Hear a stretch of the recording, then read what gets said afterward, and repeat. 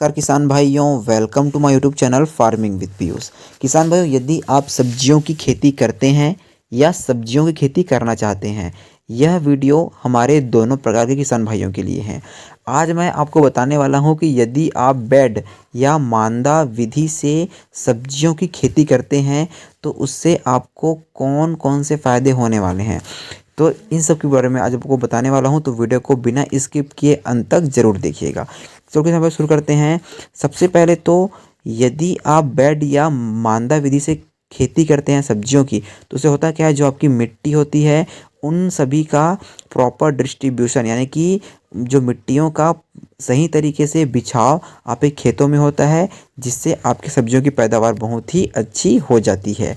इसके बाद दूसरा है, जब भी यदि आप बेड या मांदा बनाकर खेती करते हैं तो आपकी ज़मीन जो होता है उसकी तैयारी बहुत अच्छी हो जाती है। आपको पंक्तियों के बीच की दूरी क्या होती है, सही से मिल जाती है। आपकी जो फलों को या पौधों को बढ़ने के लिए बहुत अच्छा जगह मिल जाता है। तीसरी है, आपको अपने पौधों या फसलों या सब्जियों को लगाने के लिए क्या कोई दिक्कतें नहीं आती हैं, यानी कि बिजाई आप सही तरीके से कर सकते हैं और उसमें बीज का खपत भी बहुत अधिक नहीं होता है। उसके बाद अगला जो इसमें बेनिफिट क्या है, खाद डालने में बिल्कुल भी समस्या नहीं आती है। यदि आप बेड या मांदा विधि से खेती करते हैं तो होता क्या है, आपको खाद डालने में कोई समस्या नहीं आती है। आप पंक्ति दर पंक्ति चल के आसानी से सभी पेड़ों में खाद डाल सकते हैं। उसके बाद अगला है खरपतवार नियंत्रण करने में सहायक। यदि आप नॉर्मल विधि से खेती करते हैं उसमें बहुत सारे खरपतवार आ जाते हैं, लेकिन अगर आप बेड या मांदा विधि से क्या करते हैं, खेती करते हैं, तो होगा क्या कि जो खरपतवार यदि पहले बात तो आते नहीं हैं, और यदि आ भी गए तो उसमें दवाई डालना और उसे खेत से निराई गुड़ाई करना बहुत ही आसान हो जाता है। उसके बाद जो अगला और सबसे मुख्य जो इसमें फ़ायदा यह है किसान भाइयों कि यदि आप बेड या मांदा विधि से खेती करते हैं तो आपको सिंचाई करने में कोई दिक्कतें नहीं आती है।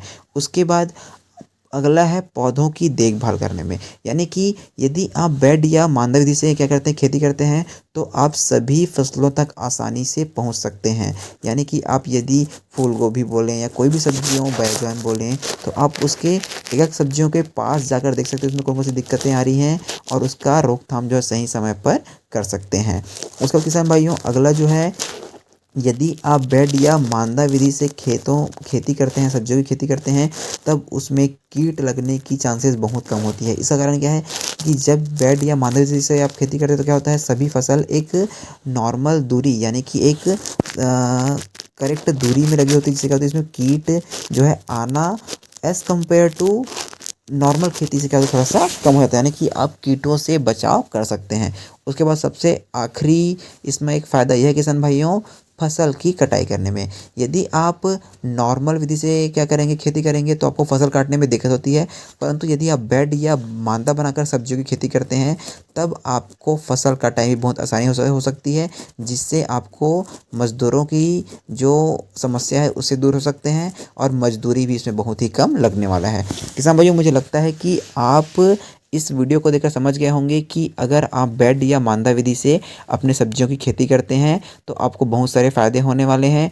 यदि आपको यह वीडियो अच्छी लगी हो तो वीडियो को लाइक ज़रूर करें, चैनल को सब्सक्राइब करें और इसे अधिक से अधिक किसानों तक शेयर ज़रूर करके, ताकि वे भी इस प्रकार की विधि का उपयोग करके अधिक से अधिक फ़ायदा उठा पाए।